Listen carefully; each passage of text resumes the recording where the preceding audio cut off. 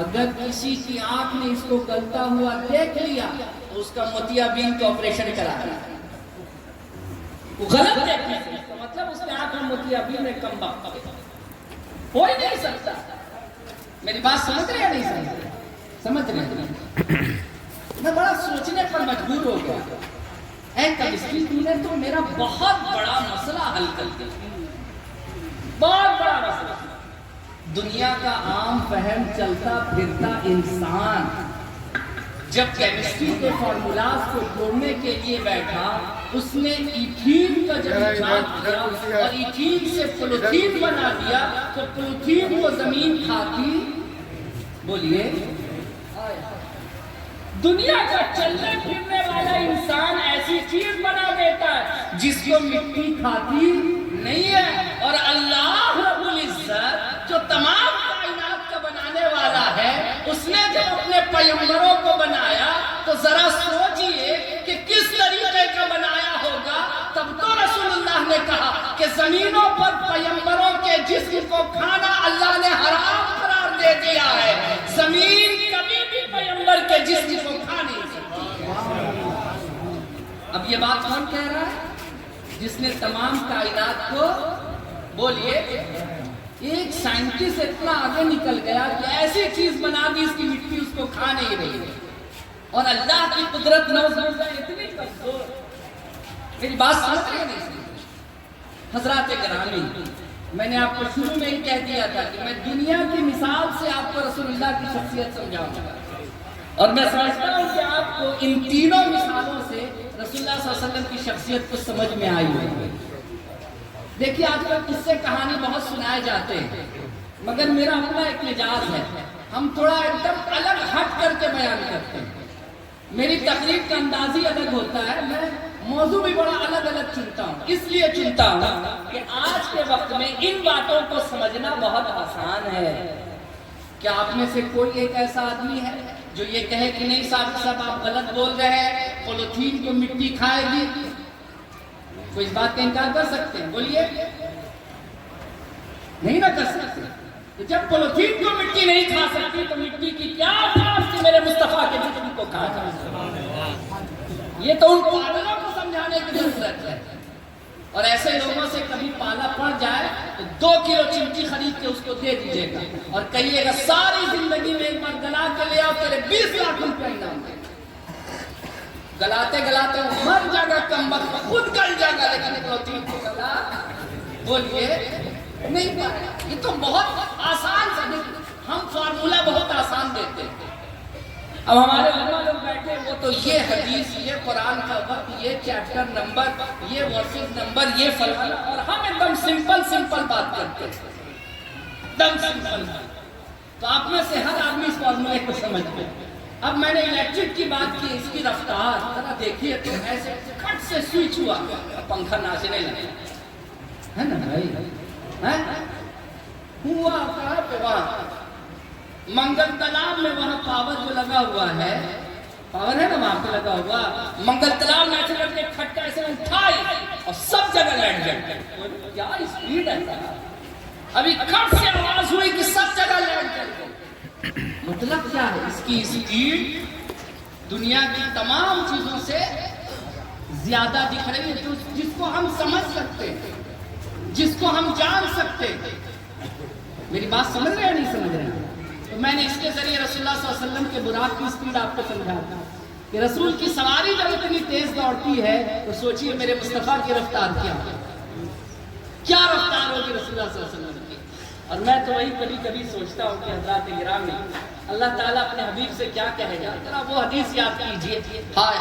میں جب اس حدیث پاک کو پڑھتا ہوں تو پتہ نہیں دل میں ایک عجب سی کیفیت میرے پیدا ہونے لگتی ہے کہ محشر کے میدان میں رسول اللہ صلی اللہ علیہ وسلم کو جب اللہ رب العزت اپنی امتیوں کے لیے تڑپتا ہوا دیکھے تو اللہ کا آخری جو فیصلہ ہوگا وہ یہی ہوگا, حبیب آپ کیوں اتنا پریشان ہوتے ہیں, جائیے نا جہنم میں جو آپ کو لگتا ہے کہ آپ کا اپنا ہے اس کو نکال لیجئے. آپ اس کو کیا کر لیجئے؟ نکال لیجئے اور اپنے ساتھ جنت میں لے جائیں. اور رسول اللہ صلی اللہ علیہ وسلم کا حال یہ ہوگا کہ مصطفیٰ ہاتھ بڑھاتے جائیں گے اور اپنے گنہگار امتیوں کو نکالتے جائیں گے. پیش حق مزدہ شفاعت کا سناتے جائیں گے. آپ روتے جائیں گے ہم کو ہنساتے جی. یہ رسول اللہ کی ذات. تو اب سوچئے کہ ہم اگر ہاتھ ڈالیں آگ میں اور نکالیں, کتنوں تیز ڈال میں نکالیں, جلے گا کہ نہیں جلے گا؟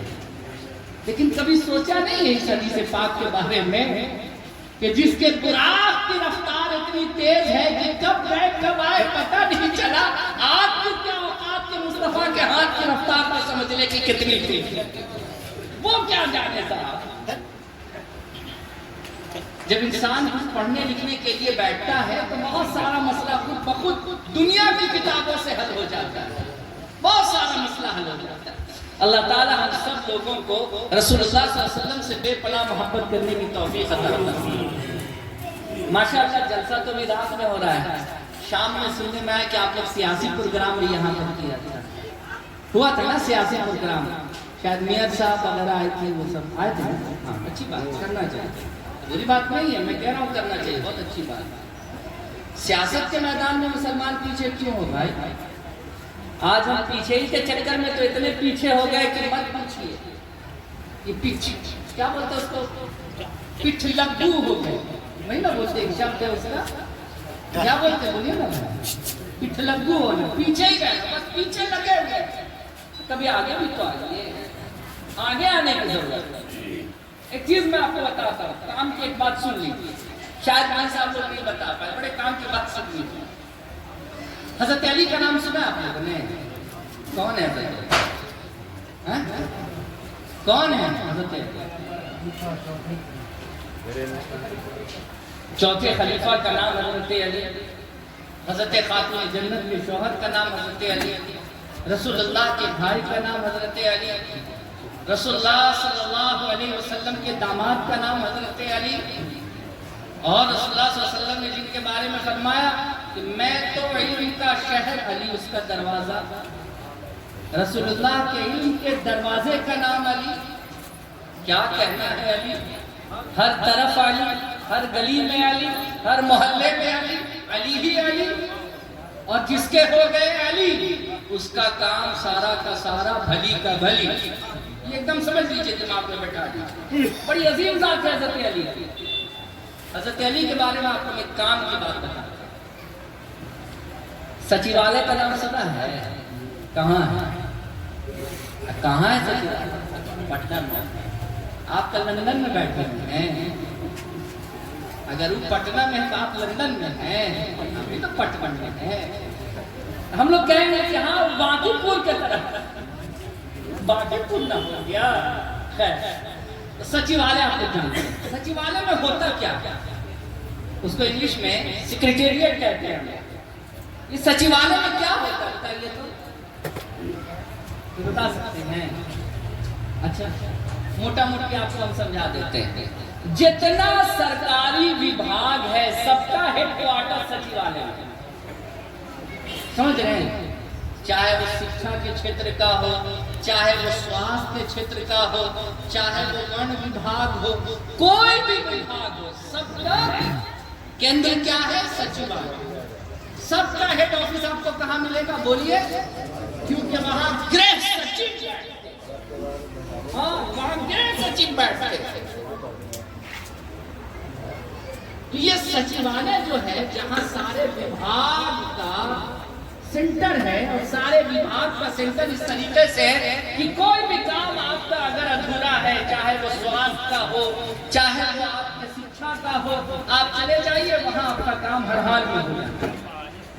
یہ سچیوالے. آپ کو پتا ہونا چاہیے کہ سچیوالے کا کانسیپٹ اور سچیوالے کی بنیاد اس دنیا میں سب سے پہلے اگر کسی نے رکھی تھی, اس ذات کا نام حضرت علی ہے.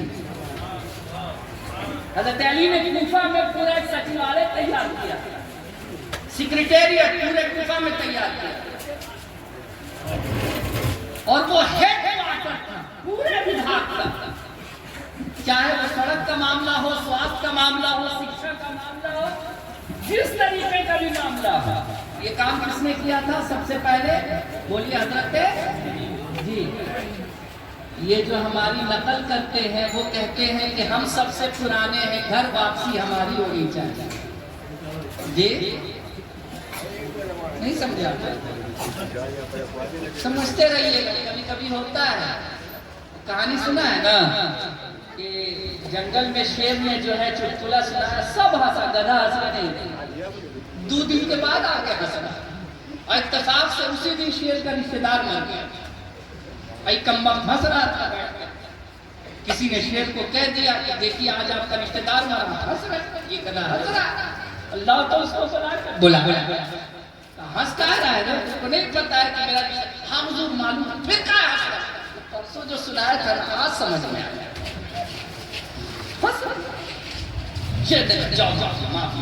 مارے خیر حضرات گرامی، یہ بات ذہن نشی کر لیا کہ اسلام میں جو لوگ گزرے ہیں نا، جو ہمارے اکابر ہیں، جن کے ہم نام لیوا ہیں، جن کا ہم نعرہ لگاتے ہیں، جن کا ہم دم بھرتے ہیں، یہ وہ لوگ ہیں جنہوں نے سب سے پہلے سیکریٹریٹ کا کانسیپٹ دیا تھا. وہ حضرت علی ہے. معلوم ہی نہیں ہوگا کچھ لوگوں کو یہ سب. اچھا دیکھا ہے چشمہ کا کیا مطلب ہوتا ہے بتائیے؟ کیا مطلب ہوتا ہے؟ دور کی چیز کو نزدیک لے آنا. کسی کا اگر نزدیک کا بھاگا ہوا ہے تو اس کے لیے بھی چشمہ، دور کا بھاگ گیا تو اس کے لیے بھی چشمہ، آنکھ کو ٹھنڈک پہنچانی ہے اس کے لیے بھی چشمہ. چشمہ بھی بڑے کمال کی چیز ہے. سب سے پہلے چشمے کا کانسیپٹ کس نے لایا تھا؟ نام یاد ہے آپ کو؟ یاد رکھ لیجیے، ابن سینا. کیا نام ہے کا؟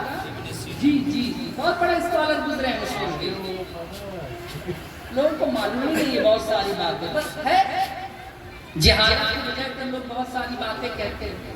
خیر میں بات کر رہا تھا حضرت علی. سچیوانے کا کانسیپٹ سب سے پہلے حضرت علی نے. اور ایک چیز اور ہمیشہ آپ کو یاد رکھیے گا، یہ ڈاک کا سسٹم، یہ میسیج بھیجنے کا، یہ سب جو سارا سسٹم ہے نا، سب سے پہلے جس شخصیت نے ایجاد کیا تھا اس شخصیت کا نام حضرت عمر بن الخطاب. عمر بن الخطاب ہے. یہ ساری نقالی کی گئی ہے آج کے وقت میں. مسلمانوں نے چیزوں کو بنا کر کے دیا اور آج مسلمان اپنے ہی آبا و اجداد کو اور اپنی بنائی ہوئی چیز کو بھول گیا. اور مسلمان پٹھ لگو رہ کر جینا چاہتا ہے، پٹھ لگو رہ کر مرنا چاہتا. نہیں، تم نے بہت کچھ کیا ہے دنیا میں. تم کو اپنی تاریخ معلوم ہونی چاہیے، تم کو اپنی پہچان معلوم ہونی چاہیے. جس دن تم کو اپنی تاریخ اور پہچان معلوم ہو جائے گی تم کسی بھی فکر کے پیچھے نہیں رہو. آگے آئیے مسلمان ہر معاملات میں آگے، مگر وہ معاملات کیا ہو؟ ملی ہوں، قومی معاملات ہوں، انسانیت اور سماجی معاملات میں آگے آئیے. نہ کہ اس معاملات. اب کہیے گا کہ صاحب کہہ کے گئے کہ سب معاملات میں آگے آئیے. اللہ پڑھ کے ڈینسرے بن جاتے ہیں. وہ بھی تو ایک معاملہ، ناچنا بھی تو ایک معاملہ ہے. لو ناچتے ہیں، ڈینسرے بن جاتے ہیں. اس سے سماج کا نقصان اور فائدہ بے حیائی نہ پھیلے گی بھائی. اس سے تو کوئی فائدہ نہیں. کام وہ کرنا ہے جس سے قوم و ملت کا، سماج کا فائدہ ہو. ڈاک کے ایجاد سے قوم و ملت کا فائدہ ہوا یا نقصان؟ بولیے. سچیوالے کے کانسیپٹ سے قوم و ملت کا فائدہ ہوا یا نقصان؟ بتائیے. سڑکوں پر یہ ڈھلائی کا جو کانسیپٹ ہے، سڑکوں پر جو پتھر وغیرہ جو لگایا جاتا ہے، یہ سب سے پہلے حضرت عمر بن الخطاب نے اسٹارٹ کیا. نہیں معلوم ہے لوگوں کو، تاریخ نہیں معلوم ہے. پڑھیے سمجھیے. ایسے ہی مسلمانوں نے اس دنیا پر راج نہیں کیا. آج کو بھول گئے، آج ہم اپنا اتحاد بھول گئے. اسی لیے آج ہم ہر جگہ رسوا اور ذلیل ہو گئے. غیر کہتے ہیں صاحب، غیر کہتے ہیں کہ مسلمانوں کی بربادی کی سب سے بڑی وجہ ہے کہ مسلمان پڑھتا نہیں. مسلمان پڑھتا نہیں ہے. اور اس دنیا میں ابھی سب سے زیادہ ترقی یافتہ جو قوم ہے اس قوم کا نام یہودی ہے. سب سے زیادہ ترقی یافتہ قوم ہے. سافٹ ڈرنک سے لے کر ہارڈ ڈرنک تک، سرف سے لے کر بہترین سینٹ اور پرفیوم تک. آپ کے جسم پر سجنے والی جتنی چیزیں، ان تمام چیزوں کو بنانے کا شرع اسی قوم کے پاس ہے۔ وجہ اس کی یہ ہے کہ اس قوم کا ایک بچہ اوسطاً ایک مہینے میں 7 کتابیں پڑھتا ہے۔ کتنی کتابیں؟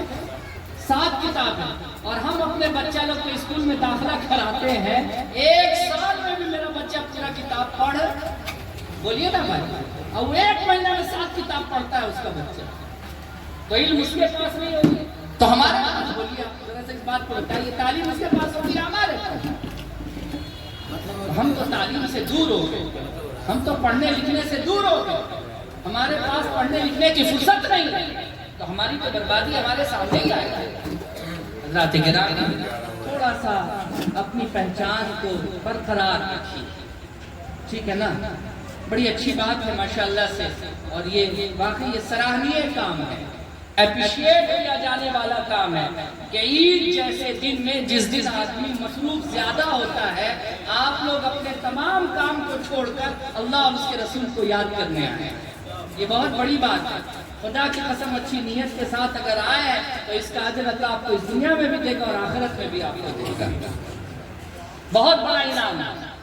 شاید ہم اور آپ عید کی اہمیت کو نہیں سمجھتے ہیں، اس لیے چوراہے پر ڈیگ لگا کر کے لونڈے سب ناچتے ہیں، گاتے ہیں، تماشے کرتے ہیں، خود بھی پریشان رہتے ہیں اور سارے سماج کے لوگوں کو پریشان کرتے ہیں۔ ان کو اس لیے صرف یہ معاملہ ہے کہ ان کو عید کی اہمیت نہیں معلوم۔ میں آپ سے پوچھتا ہوں، دن بھر میں کتنے وقت کی نماز فرض ہے؟ بولیے، عید کے دن کیٹھو نماز ہے؟ بولیے نا، اتنے پر بھی آپ نہیں سمجھے کہ عید کی اہمیت کیا ہے۔ ہر دن اللہ کہتا ہے 5 پڑھو، مگر عید کے دن اللہ کیا کہتا ہے؟ بولیے نا بھائی، اس کی اہمیت کو سمجھیے، اس کی قدر و قیمت کو سمجھیے۔ اگر نہیں آپ سمجھیے گا تو کون سمجھے گا اس کو؟ یہاں تو اللہ رب العزت نے رمضان دیا تھا کہ 1 مہینہ سب پریکٹس کریں گے لوگ تو اس کا 11 مہینہ اثر دکھے گا، اور یہاں کیا حال ہے بھائی؟ یہاں تو حال یہ کہ 1 مہینہ پریکٹس اور عید کے دن سے مسجد سے آدمی خارج۔ اب شیطان جو زنجیر میں جکڑا ہوا تھا، وہ جب جکڑایا تھا تب بھی دیکھیس تھا کہ مسجد خالی ہے، اور جب چھوٹ کے آیا تب بھی دیکھیس کی خالی ہے۔ پکڑا کے گیا تھا تو دیکھ رہا تھا کہ سب ناچ رہا تھا، چھوٹا ہے تب بھی دیکھ رہا ہے کہ سب، بولیے نا بھائی، اس کے صحت کو کوئی اثر ہوگا؟ میں آپ سے پوچھتا ہوں، کوئی اثر ہوگا؟ تو یہ کس کی ذمہ داری ہے؟ ہماری اور آپ کی ذمہ داری ہے نا۔ ماشاءاللہ سے آپ سب ذمہ دار رسپانسیبل پرسن ہیں، سب بڑے اچھے لوگ ہیں ماشاءاللہ کہ اپنا اتنا قیمتی وقت آپ لوگ یہاں لے کر کے آج کی رات آئے ہیں۔ اللہ تعالیٰ آپ سب کو قبول کرے۔ خاص کر میں نوجوانوں کو دعا دیتا ہوں کہ جو اپنی محنت اور کاوش سے ان چیزوں کو کرتے ہیں، اللہ تعالیٰ ان لوگوں کو بھی قبول فرمائے۔ اور یاد رکھیے، میرے تمام بڑے بزرگوں، میرے بھائیوں، میرے بیٹوں، میرے بچوں، سب میری بات کو توجہ سے سن لیجئے۔ آپ منچ سے ہر وہ کام کیجئے جس کام سے ملت اور سماج کا فائدہ ہوتا ہے۔ خدا کے واسطے وہ کام مت کیجئے جس سے ملت اور سماج کا نقصان ہو۔ بس اس سے زیادہ میں آپ کو کچھ نہیں کہنا چاہتا۔ آپ کو لگتا ہے کہ سیاست سے آپ کا فائدہ ہے، کیجئے، کھل کر کیجئے۔ آپ کو لگتا ہے کہ دینی پروگرام کرنے سے فائدہ ہے، کھل کر کیجئے۔ آپ کو لگتا ہے کہ دنیاوی نالج، جنرل نالج کا کیوز کرا دیں گے تو سماج کا فائدہ ہے، کیجئے، کھل کر کیجئے۔ ان چیزوں میں کوئی برائی نہیں ہے۔ یاد رکھیے کہ آپ کے من سے ہر وہ کام ہونا چاہیے جس سے ملت اور قوم کا، سماج کا فائدہ ہو، نقصان نہ۔ That's all آپ سب۔ اللہ تعالیٰ سب کو قبول فرما لے، اور آج کی اس مجلس کو بھی اللہ رب العزت قبول فرما لے۔ بولنے میں جو غلطی ہو اللہ معاف کرے، اور آپ سب بھی ہمیں معاف کر دیجیے گا اگر میری کوئی بات بری لگ گئی ہو، اگر میری بات آپ کو سمجھ میں آ گئی ہو اور بڑے اچھے سے سمجھ میں آ گئی ہو تو سارا جیون اس کو یاد رکھیے گا، اور جب جب یاد کیجیے گا تو ذرا سا اس چہرے کو بھی یاد کر لیجیے گا۔ امید کرتا ہوں جب یہ چہرہ یاد آئے گا تو ایک مرتبہ دعا ضرور نکلے گی، اور جب دعا نکل جائے گی تو میری تو ہوا نکل جائے گا۔ نہیں سمجھا؟ پھر تو میرا بیڑا پار ہے۔ لوگ ہوا نکلنے کا مطلب دوسرا سمجھتے ہیں، یہاں ہوا نکلنے کا مطلب دوسرا ہے۔ جب راکٹ سے ہوا نکلتی تو اس کی رفتار بڑی تیز نکلتی، سمجھ گئے؟ یہ اس ہوا کی بات ہو رہی ہے. اللہ تعالیٰ آپ سب کو قبول فرمائے. آمین. وجائے سید المرسلین وآخر دعوانا ان الحمدللہ رب العالمین.